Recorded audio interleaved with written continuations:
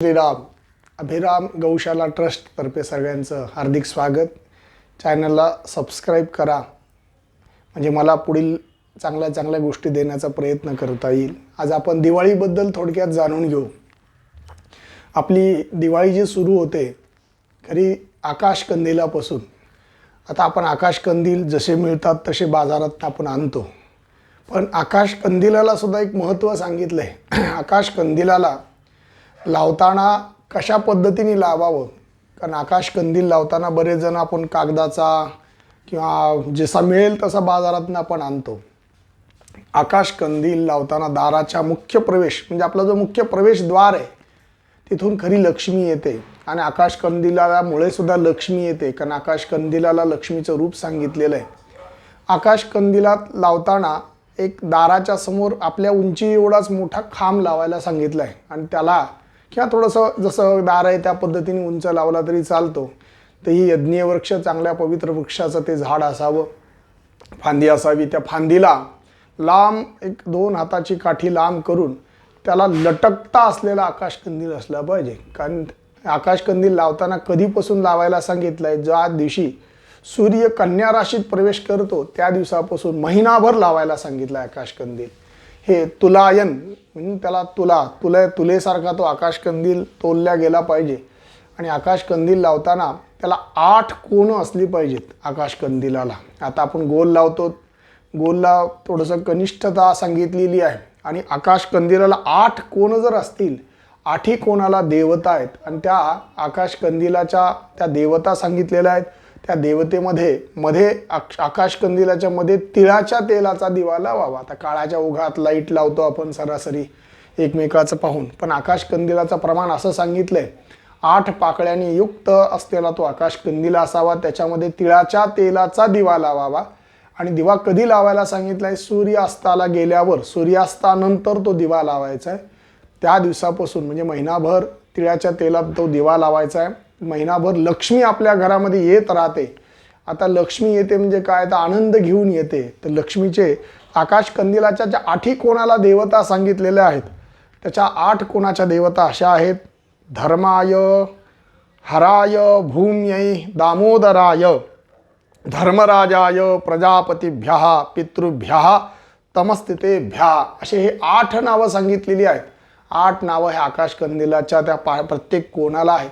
असा आकाश कंदील आपल्या दारात असेल तर बरोबर लक्ष्मीची पावलं आपल्या घरामध्ये यायला कमी होत नाहीत, लक्ष्मी आपल्या घरामध्ये येत राहते, असं आकाश कंदिलाचं सांगितलेलं आहे. आपण आता काळाच्या ओघात जसं पाहिजे तसं तो आकाश कंदील लावतो, पण होईल तेवढा प्रामाणिक प्रयत्न करा.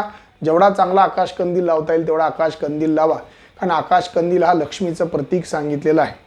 तिथून पुढं आपला पुढचा जे आपली खरी दिवाळी सुरू होते. पहिलं पाणी आपण त्याला म्हणतो. वसुवारसपासून आपण खरी सुरुवात करतो.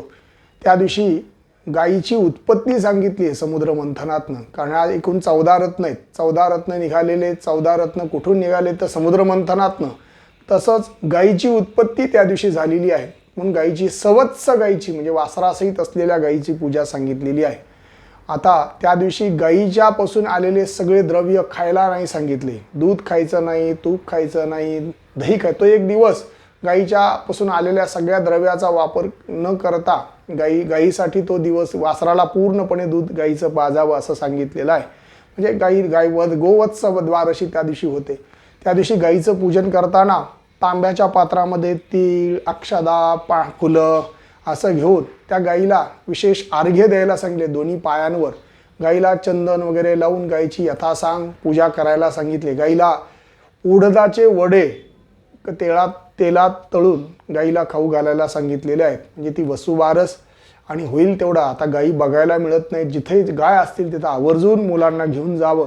गाईचं वासराचं दर्शन घ्यायला लावणे आणि वसुवारस काय हे समजून सांगा. म्हणजे बऱ्यापैकी गाय नष्ट होऊ देऊ नकात, कारण आपल्या श्रीसूक्तामध्ये गाईच्या उल्लेखात येतो अश्वदायै, गोदायै, धनदायै, महाधने. आपल्याला धन माहिती आहे, पण महाधन जे काय आहे तर घोडा आणि गाय ही महाधन सांगितलेली आहेत. त्या दिवशी गाईचं औक्षण करायला सांगितले. महाधन सृष्टीतनं कमी होऊ देऊ नका. होईल तेवढं गाईसाठी जिथं जाईल तिथे मदत करा. आणि गोसेवा जिथं होईल तिथं तुम्ही आवर्जून जा. आणि गाईसाठी जे काय अर्थसहाय्य करता येईल तेवढं आवर्जून करा. म्हणजे गोवंश नष्ट होणार नाही. आज गायी बघायला मिळत नाहीत, पण गायीचं पूजन त्या दिवशी आवर्जून करावं असं सांगितलेलं आहे. त्याच्यानंतर पुढं त्रयोदशी म्हणजे सुरू होते. त्या त्रयोदशीच्या दिवशी यमदीपदान सांगितलेलं आहे. यमाचे एकूण 13 नावं सांगितलेले आहेत, 14 नावं सांगितलेली आहेत. हे 14 यम सांगितलेले आहेत. त्या 14 यमाला तर्पण करावं असं सांगितलेलं आहे. आता 14 यमांची नावं पुढील ऐका. हे 14 चतुर्दश भुवन जे मनुष्य गेल्यानंतर या 14 लोकांमध्ये जातात, म्हणून हे 14 लोकांची नावं पुढील प्रमाणे आहेत. त्या प्रत्येक नावाला तर्पण करायला सांगितलेलं आहे. म्हणजे यमाय नमः, धर्मराजाय नमः, मृत्यवे नमः, अंतकाय नमः, वैवस्वताय नमः, कालाय नमः, करालाय नमः, औदुंबराय नमः, दध्नाय नमः, नीलाय नमः, परमेष्ठिने नमः, वृकोदराय नमः, चित्राय नमः, चित्रगुप्ताय नमः. अशा पद्धतीने 14 यमांचं तर्पण त्या दिवशी करावं. आणि आपल्या कणकेमध्ये हळद टाकून एक दिवा करून तिळाच्या तेलाचा दिवा दक्षिण दिशेला तो लावायला सांगितलेला आहे. आता आपण दिवे लावताना अजून काळजी घ्या की कुठलाही, आता दिवाळीचे दिवे लावतो, फक्त या त्रयोदशीच्या दिवशी यमपूजन ज्या दिवशी आहे म्हणजे त्रयोदशीला, त्या दिवशीचा दिवस सोडून प्रत्येक दिवशी दिवा लावताना एक तर पूर्वेला दिव्याची वात व्हावी किंवा मग उत्तरेला व्हावी. पश्चिम आणि दक्षिणेला वात होऊ नये. फक्त एकच दिवस आहे तो यमाच्या त्या दिवशी तर्पण ज्या दिवशी आहे म्हणजे त्रयोदशीच्या दिवशी, त्याच दिवशी तो दिवा दक्षिण दिशेला करून ठेवायचा आहे. तो दिवा त्याचं पूजन करायचं आहे. आणि तो दिवा लावल्यानंतर अपमृत्यूसारखे कुठलेही दोष येत नाहीत असं धर्मशास्त्रामध्ये सुद्धा उल्लेख आहे. म्हणून होईल तेवढं यमाला दिवा लावायचा प्रयत्न करा. त्याच्यानंतर त्या दिवशी आता धनत्रयोदशी आहे. धन्वंतरीचं पूजन सुद्धा सांगितलेलं आहे. जे डॉक्टर आहेत, जे वैद्य आहेत, अशा लोकांनी किंवा सगळ्यांनी सुद्धा धन्वंतरींचं पूजन करावं. त्या दिवशी धन्वंतरीची उत्पत्ती आहे. समुद्र मंथनातनं त्या दिवशी धनत्रयोदशीच्या दिवशी अमृत कलश घेऊन धन्वंतरी समुद्रातनं आले त्या दिवशी, म्हणून धन्वंतरीचं पूजन सांगितलेलं आहे. त्या धन्वंतरीच्या पूजनाच्या दिवशी नवीन भांडं आणायला सांगितलं आहे शास्त्राने. आता काही प्रथा आहेत, त्या प्रथेनुसार जसं जमेल तशा पद्धतीने करावं. भांडं आणून त्यात सोनं टाकायचं, धने भरपूर टाकायचे आणि अशा त्या भांड्याचं सुद्धा पूजन करून त्या दिवशी त्या धन्वंतरीच्या नावाने सुद्धा पूजन केलं जातं. आणि ते भांडं दुसऱ्या दिवशीपासून वापरायला करायचं, म्हणजे त्या दिवसापासून घरात कुठल्याही कमतरता येणार नाहीत असं सांगितलेलं आहे. कारण तो धनाचाच भांडं त्याला म्हणल्या गेलं. घरात येणाऱ्या प्रत्येक वस्तू एक भांडं त्या दिवशी आणून त्या भांड्यात धने, एखादं सोन्याचं काहीतरी बारीक तुकडा टाकून त्या भांड्याचं पूजन करून दुसऱ्या दिवशीपासून ते भांडं वापरायला करावं असंही सांगितलेलं आहे. त्या दिवशी कुबेराचंही पूजन करावं. ज्यांच्याकडे कुबेर मूर्ती आहे किंवा कुबेराचंही स्मरण करावं त्या दिवशी. त्याच्यानंतर दुसरा दिवस, त्याच्या पुढं आपले एक सण आहेत. प्रत्येक सणाला वेगवेगळं महत्त्व आहे. नरक चतुर्दशी. आता नरक चतुर्दशीच्या दिवशी सकाळी सूर्योदयाच्या अगोदर स्नान सांगितलेलं आहे. नरकासुराचा वध त्या दिवशी श्रीकृष्णाने केलेला आहे. 16,100 ज्या श्रीकृष्णाच्या पत्नी आहेत त्यांना नरकासुराच्या कैदेतनं भगवंतानी सोडले, म्हणून त्या दिवशी नरकासुराचं, ज्याला नरक यातना नकोयत त्यांनी सूर्योदयाच्या अगोदर स्नान करावं असं सांगितलेलं आहे. म्हणून सूर्योदयाच्या अगोदर त्या दिवशी स्नान करावं असं सांगितलेलं आहे नरक चतुर्दशीच्या दिवशी. पुढे येतो लक्ष्मीपूजन. लक्ष्मीपूजन करताना त्या लक्ष्मीपूजन आपण संध्याकाळी, आता आपल्या वेळेनुसार आपण जरी केलं तर तो अख्खा दिवस लक्ष्मीसाठीच मानला जातो. पण लक्ष्मीपूजनाच्या अगोदर अलक्ष्मी निस्सारण एक विधी सांगितलेला आहे. ज्यांच्या घरात अलक्ष्मी नकोय, अलक्ष्मी जर बघितली, अलक्ष्मी ही लक्ष्मीच्या अगोदर उत्पन्न झालेली आहे. समुद्र मंथनातनं लक्ष्मीच्या अगोदर अलक्ष्मी आली. जेव्हा विष्णूंनी लक्ष्मीला विवाहासाठी विनंती केली, विनंती केल्यानंतर लक्ष्मीने सांगितलं की माझी बहीण मोठी आहे, मोठ्या बहिणीच्या अगोदर मी विवाह कसा करू, म्हणून विष्णूंनी त्या अलक्ष्मीचं लग्न उद्दालक ऋषींशी करून दिलं. त्या उद्दालक ऋषींनी त्या अलक्ष्मीशी विवाह केल्यानंतर त्या अलक्ष्मीला एकूण 14 मुलं झालीत. त्यातला जो दुस्सह नावाचा मुलगा आहे तो आपल्या घरामध्ये नित्य वास करतो. आणि अलक्ष्मी आणि तो दुस्सह घरामध्ये नित्य, कारण ब्रह्मदेवानी त्याला वरदान दिले, विष्णूंनी पण त्याला वरदान दिलेले, घरामध्ये कचरा, कोळसा, केस अशा ठिकाणी अलक्ष्मीचा वास असतो, हे सतत समोर ठेवू नयेत. आधी लक्ष्मीपूजनाच्या अगोदर अलक्ष्मीचं पूजन करावं. घरातला कचरा वगैरे सगळं व्यवस्थित झाडून, तो एकच दिवस आहे, आपण रात्री शक्यतो कचरा घराच्या बाहेर टाकत नाहीत, त्याच दिवशी तो कचरा फक्त बाहेर टाकायचा आहे. जिथं आपण कचरा टाकतो तिथे एक दिवा लावायला सांगितलेला आहे आणि त्या दिव्याला त्यालाच अलक्ष्मी पूजन असं म्हटलेलं आहे. त्याला अलक्ष्मी निस्सारण विधी, म्हणजे घरात अलक्ष्मी नकोय आपल्याला, तर लक्ष्मी यावी म्हणून तो दिवा पण लावायला सांगितलेला आहे. कोणी कोणी वाद्य वाजून सुद्धा अलक्ष्मीला बाहेर काढण्याचा विधी आहे. जसं प्रथा आहे त्यानुसार अलक्ष्मीचं पूजन करावं. आता अलक्ष्मीचं पूजन झाल्यानंतर लक्ष्मीचं पूजन सांगितले. आता लक्ष्मी म्हणजे काय, घरामध्ये आपली जी काही लक्ष्मीची मूर्ती असेल, कोणी मातीची नवीन मूर्ती पण आणतात, जशा पद्धतीने लक्ष्मीचं पूजन करायचं आहे. कारण लक्ष्मी म्हणजे काय, नुसता पैसा म्हणून नाही, आपण प्रत्येक वस्तूंमध्ये लक्ष्मीत रूपांतर आहे. घरात दूध आलं तर दुधाचा उपयोग आपल्याला चांगला आनंद घेता यावा, गाडी घेतली गाडीचा आनंद घेता यावा, ह्या अनेक गोष्टी आहेत. घरातल्या आपल्या उपयोग आपण ज्या वस्तूंचा करतो त्या लक्ष्मीकारक उपयोग झाला पाहिजे, म्हणजे ही लक्ष्मी आपल्या घरामध्ये सतत नांदली पाहिजे, म्हणून त्या दिवशी लक्ष्मीचं पूजन सांगितलेलं आहे. आणि वर्षभर लक्ष्मीने आपल्या घरात नित्य वास केला पाहिजे, म्हणून त्या दिवशी लक्ष्मी पूजन सांगितलेलं आहे. त्याच्यानंतर पुढं येतं बलिप्रतिपदा. कारण हे जे समुद्रमंथन झालंय, हे समुद्रमंथन बलिराजा असताना ह्या सृष्टीवर अनेक राजे झालेत.